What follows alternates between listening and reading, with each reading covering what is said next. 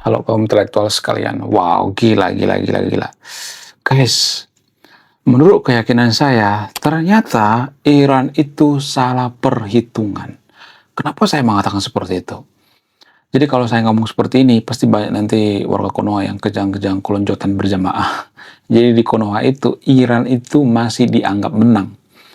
Apa alasan daripada warga Konoha Iran itu dianggap menang? Karena apa? Karena Amerika dianggap gagal, kemudian Israel dianggap gagal menaklukkan Iran seperti Perang Dunia Kedua. Padahal, ya, tanpa kita sadari, perang seperti Perang Dunia Kedua itu sudah kuno. Perang zaman sekarang ini perang ekonomi, perang strategi potong kepala. Apa itu strategi potong kepala? Membunuh pemimpin tanpa harus menginvasi, mengeluarkan biaya yang sangat besar. Seperti yang dilakukan oleh Amerika, yaitu strategi potong kepala, mengeliminasi pemimpinnya terdahulu. Ya, Ayatollah Ali Khamenei meninggal, kemudian pemimpin Hama meninggal. Tapi ya, mohon maaf sebesar-besarnya ya, saya harus mengatakan ini ya. Mohon maaf ya, saya agak ini sedikit ya, agak bersemangat sedikit ya. Jadi guys, saking tololnya warga Konoha, saking gobloknya warga Konoha masih mengatakan Iran itu menang padahal pemimpinnya sudah modiar, sudah mati. Mereka mengatakan bahwa yang menang itu Hama versus Israel, padahal pemimpin Hamas sudah modiar, sudah meninggal. Di mana-mana kalau main catur itu, kalau rajanya sudah mati, sudah meninggal, sudah selesai permainan. Nah, yang jadi pertanyaan, kenapa warga Konoha nggak bisa menerima ini? Apa alasannya? Jadi gini guys, dalam pikiran warga Konoha itu, Iran itu nggak mungkin kalah. Karena apa? Karena mereka dilindungi oleh Allah. Hama itu nggak mungkin kalah karena dilindungi oleh Allah. Jadi warga Konoha itu menghubungkan ini dengan agama. Sehingga mereka nggak bisa netral. Jadi kalau misalnya nih Donald Trump meninggal, kemudian Netanyahu meninggal, ya, maka kalau ada yang fanatik terhadap Amerika dan Netanyahu, ya, fanatik terhadap Israel, maka pendukung Amerika dan pendukung Israel juga akan mengatakan, oh Amerika belum kalah, oh Israel belum kalah. Kenapa? Karena ada hubungannya dengan agama gitu. Jadi kalau kita fanatik terhadap suatu bangsa, fanatik faktor daripada agama, seiman dan sebagainya itu, kita jadi mendadak bodoh gitu ya, tumbul otaknya. Ya mendadak goblok gitu ya. Nggak netral lagi. Makanya saya ya lebih mendengarkan pengamat itu yang, mohon maaf ya, ateis, agnostik gitu. Saya lebih mempercayai ateis, agnostik kalau bicara Perang Timur Tengah. Karena mereka nggak ada kepentingan untuk membela gitu. Makanya saya selalu ngambil data dari media-media internasional. Media-media internasional itu kan media-media ateis ya, media-media agnostik ya. Apakah mereka jahat? Enggak juga. Justru negara paling damai di dunia ini, paling toleransi itu adalah negara-negara ateis ya. Jadi jangan berpikir bahwa ateis itu jahat ya. Saya tidak mengajak yang untuk jadi ateis atau agnostik ya, disclaimer. Enggak. Saya ngambil perumpamaan. Kenapa ateis itu lebih netral? Ya karena mereka nggak fanatik gitu. Mereka nggak ada tendensi gitu ya untuk membela kaum tertentu, agama tertentu. Jadi kalau saya mengatakan bahwa Iran itu salah dalam strategi, maka akan banyak yang kejang-kejang lanjutan berjemaah. Oh, ini kan nggak ada hubungannya dengan strategi. Oh, yang penting Iran itu menang ya. Jadi akan banyak orang yang mengatakan seperti itu. Jadi guys, dari sudut pandang yang paling rasional, dari sudut pandang media internasional, media independen, yang bisa dikategorikan menang itu adalah Amerika dan Israel. Kalau ibarat sepak bola, skornya itu 10-1 gitu, atau 10-2 gitu deh. Nggak kosong sebenarnya. Karena apa? Karena Iran itu masih keras kepala gitu ya. Jadi keras kepala itu ada penilaiannya gitu. Ya, Hama juga keras kepala gitu. Jadi skornya 2 gitu ya. 10-2 lah gitu ya. Itu dari sudut pandang media internasional ya. Kenapa? Karena pejabat-pejabat tinggi Iran itu banyak yang meninggal gitu. Ya kemudian ekonomi juga lumpuh gitu. Ya, jadi dari segala arah diserang gitu. Tapi ya dengan tololnya, dengan gobloknya warga Konoha mengatakan bahwa Iran itu masih menang. Menang dari mana? Menang dari Hong Kong. Gila-gila, kita itu memang dibutakan oleh agama ya. Justru agama yang bikin kita bodoh, guys. Ya, Konoha itu bodoh karena agama. Karena apa? Ya seperti ini. Kalian percaya nggak sih dogma agama itu bisa bikin orang bodoh? Saya percaya banget. Kita ambil contoh ya, gini. Ketika katakanlah Isaac Newton misalnya, ketika Isaac Newton meneliti yang namanya gravitasi, apel jatuh nih apel nih. Nah, ketika orang yang mabuk agama, ada apel jatuh nih ya, mereka tidak pernah kepikiran kenapa apel ini jatuh. Yang ada di pikiran mereka itu, ngapain gua pikirkan? Semua ini kehendak Tuhan. Ya, ini sudah kehendak Tuhan. Apel jatuh itu sudah kehendak Tuhan. Permasalahannya kenapa nggak jatuh itu, mereka nggak mikirin itu. Bayangkan kalau Isaac Newton itu mabuk agama. Sudah kehendak Tuhan. Ngapain kita tanya apel itu jatuh? Jadi makanya ilmu gravitasi nggak akan ditemukan kalau Isaac Newton itu mabuk agama gitu. Jadi kalau seseorang itu terdogma agama, mereka nggak akan bisa kemana-mana gitu. Terkungkung gitu. Saya tidak menyalahkan agamanya, tapi dogma. Orang yang mabuk agama itu ya, seperti Isaac Newton. Bayangkan kalau Isaac Newton, Albert Einstein misalnya, mabuk agama. Apakah mereka akan menemukan bom nuklir? Enggak juga. Enggak bisa. Karena mabuk agama. Isaac Newton misalnya melihat apel jatuh.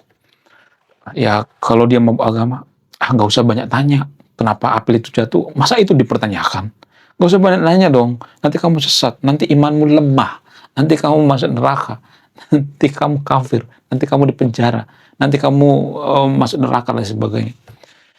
Ini muncul dari mana? Dari doktrin agama. Jadi kalau ada orang yang mengatakan bahwa doktrin agama itu nggak bikin orang bodoh, ya ini yang bikin bodoh. Ya bayangkan Albert Einstein ketika meneliti ya rumus E sama dengan mc kuadrat. Ketika dia meneliti bom atom misalnya. Gimana caranya menghancurkan Jepang dengan sangat cepat menggunakan bom misalnya. Ya kalau misalnya saat itu Albert Einstein berpikir, nggak usah lah. Ya semua ini kehendak Tuhan, nggak usah lah.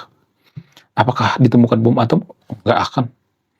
Kalau Albert Einstein berpikir, nggak usah banyak tanya. Ya, kalau dia mau agama, nggak usah banyak nanya. Ya, jangan merendahkan Tuhan. Jangan mengecilkan Tuhan. Nggak usahlah berpikir menyaingi Tuhan. Kalau Albert Einstein berpikir seperti itu, nggak akan ketemu yang namanya bom atom. Ya, makanya ya justru tanpa kita sadari, doktrin agama itu bikin kita bodoh. Ya, suka nggak suka. Warga Konoha itu bodoh karena doktrin agama. Kalau saya ngomong seperti ini pasti banyak nanti yang kejang-kejang kelonjotan berjamaah. Saya bukan menyalahkan agamanya ya, walaupun agama itu mempengaruhi doktrin ya. Maka saya lebih percaya dengan orang yang agnostik, ateis gitu ya. Bukan berarti saya ngajak untuk ateis atau agnostik ya. Karena mereka lebih independen gitu. Jadi menilai siapa yang menang perang Israel versus Iran atau perang Amerika versus Iran ini ya media-media ateis gitu, media-media independen. Mereka nggak ada kepentingan gitu. Ya, mereka nggak ada kepentingan untuk apa? Untuk berpihak pada yang seiman, seagama gitu. Lalu, kenapa Iran ini salah strategi? Jadi guys, dulu waktu sebelum Amerika menyerang Iran, Iran itu kan dulu punya semboyan itu matilah Amerika. Kenapa mereka berani mengatakan seperti itu? Karena mereka menganggap bahwa militer mereka itu kuat, luar biasa, menyaingi Amerika. Nah, karena propaganda mereka itu terlalu wow gitu ya, masyarakatnya didoktrin untuk apa? Untuk berpikir bahwa militer Iran itu kuat gitu, IRGC itu kuat. Sehingga apa? Sehingga masyarakat Iran berpikir, oh negara kita aman-aman aja kok, nggak mungkin bisa diserang Amerika. Maka mereka mengatakan matilah Amerika. Tapi tiba-tiba diserang Amerika. Ya, di menit pertama Ayatollah Ali Khamenei langsung modiar meninggal. Yang terjadi apa? Sebagian masyarakat Iran berpikir, wow, kok gitu ya? Ternyata selama ini cuma ilusi doang ya. Kekuatan militer kita itu ilusi doang. Mereka terkejut gitu ya, terhenyak. Sehingga saya mengatakan mereka salah strategi. Ya, kemudian strategi seperti apa lagi yang salah dari Iran?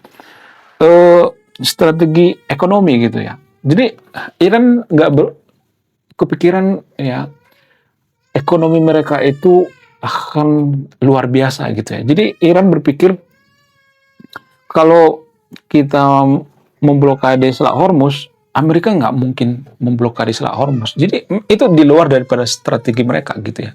Salah strategi gitu.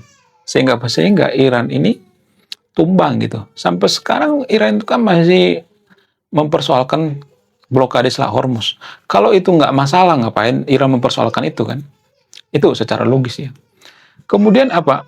Selama ini Iran itu salah strategi dalam membangun negara. Mereka berpikir, ya, mohon maaf ya, dengan rajin berdoa kita bisa jadi negara maju. Saya tidak menyuruh yang kafir untuk tidak berdoa ya, disclaimer-nya. Menurut keyakinan saya, doa itu berpengaruh, tapi lebih ke law of attraction, itu pun pengaruhnya di bawah 5%. Yang paling berpengaruh itu apa?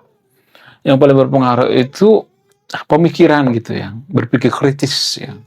Jadi harus berpikir kritis gitu. Berpikir kritis itu kan nggak boleh hanya melihat satu sisi ya. Jadi Iran berpikir memajukan negara mereka itu dengan doa itu bisa gitu. Sementara nggak, pada faktanya nggak bisa. Amerika nggak.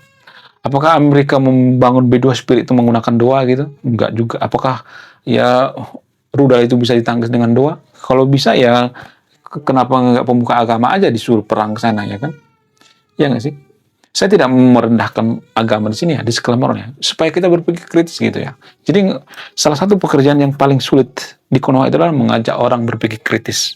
Gimana kita mengajak orang berpikir kritis kalau agamanya sudah paling sempurna, ya kemudian ajarannya paling sempurna, dia sudah sempurna, nggak punya kelemahan, padahal SDM rendah. Gimana kita mengedukasi orang yang si paling sempurna gitu? Nggak bisa. Di Konoha itu banyak orang yang goblok. Orang yang tolol tapi nggak nyadar dirinya sebetapa tololnya gitu. Kalau kita cerdas, kalau kita pintar, kita sudah jadi negara maju. Itu faktanya guys. Ya kemudian apakah saya orang cerdas? Enggak, saya mengaku saya bodoh. Dari dulu saya mengatakan saya nggak pernah mengatakan saya cerdas, saya bodoh. Ya, orang yang merasa dirinya cerdas itu dia akan tidak ada keraguan gitu. Harusnya ada keraguan gitu. Kita harus ada space keraguan. Bahkan ya filsuf-filsuf seperti Aristoteles gitu ya, Plato dan sebagainya mengatakan bahwa semakin saya belajar banyak hal, semakin saya menyadari saya tidak mengetahui banyak hal gitu. Harusnya seperti itu ya, tanpa kita sadari ya. Oke, menurut kalian gimana? Coba tulis kolom komentar ya. Saya tidak berpihak di video ini. Saya tidak mengatakan saya paling cerdas. Belum kita lanjut. Jadi guys, kemarin ada yang nanya, lu apa sih kontribusinya bagi negara ini? Kontribusi saya ini guys ya, nulis buku, judulnya Budi Tanpa Pekerti. Ini temanya bahas tentang agama. Kemudian sama luka. Kisah dalam buku ini ada seorang kiai bingung memilih antara menyelamatkan hutan atau menyelamatkan 1000 anak yatim. Link pembeliannya ada di pin komentar video ini. Jadi kegagalan terbesar Iran itu adalah mereka menganggap dengan melakukan ritual-ritual ibadah, berdoa, ya kemudian mereka merekrut orang-orang yang hafal kitab suci di IRGC bikin negara mereka maju. Itu salah total. Bukan berarti saya merendahkan agama di sini ya, tapi ya kalau kita nggak berusaha berpikir kritis, kita tidak akan maju sampai kiamat pun. Ya sekali lagi saya katakan sampai kiamat pun. Kalau pola pikir kita selama ini benar, kita sudah jadi negara maju. Kalau pola pikir kita selama ini tepat, kita sudah menyaingi Amerika. Ya kenapa kita nggak maju-maju? Karena pola pikir kita salah, tapi kita tidak menyadari itu. Ya kita tidak mengetahui seberapa bodohnya kita. Ada penelitian yang mengatakan warga Konoha itu tidak mengetahui seberapa bodohnya mereka. Pendidikan kita tertinggal 100 tahun dari negara maju, lalu kita mengatakan kita si paling sempurna. Jadi di Konoha itu kalau saya perhatikan, orang yang beragama di Konoha itu hanya takut pada daging babi, ya, hanya benci sama daging babi. Yang lainnya mereka nggak paham gitu. Sehingga apa? Sehingga kita dijajah gitu. Bayangkan betapa susahnya mengedukasi orang yang merasa paling sempurna, ya, merasa paling cerdas gitu. Betapa susahnya gitu.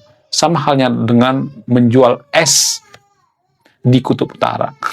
Segitu susahnya kita mengedukasi. Bahkan kita sampai diteror gitu ya.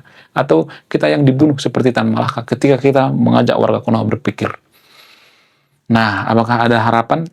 Saya yakin sama yang nonton video ini ada orang-orang yang cerdas. Saya nggak bisa bangun negara kita ini dengan sendirian. Saya butuh Anda. Butuh Anda yang bisa berpikir kritis. Oke, sekian video ini. Terima kasih sudah menyemami. Saya kaum intelektual. Salam rasional.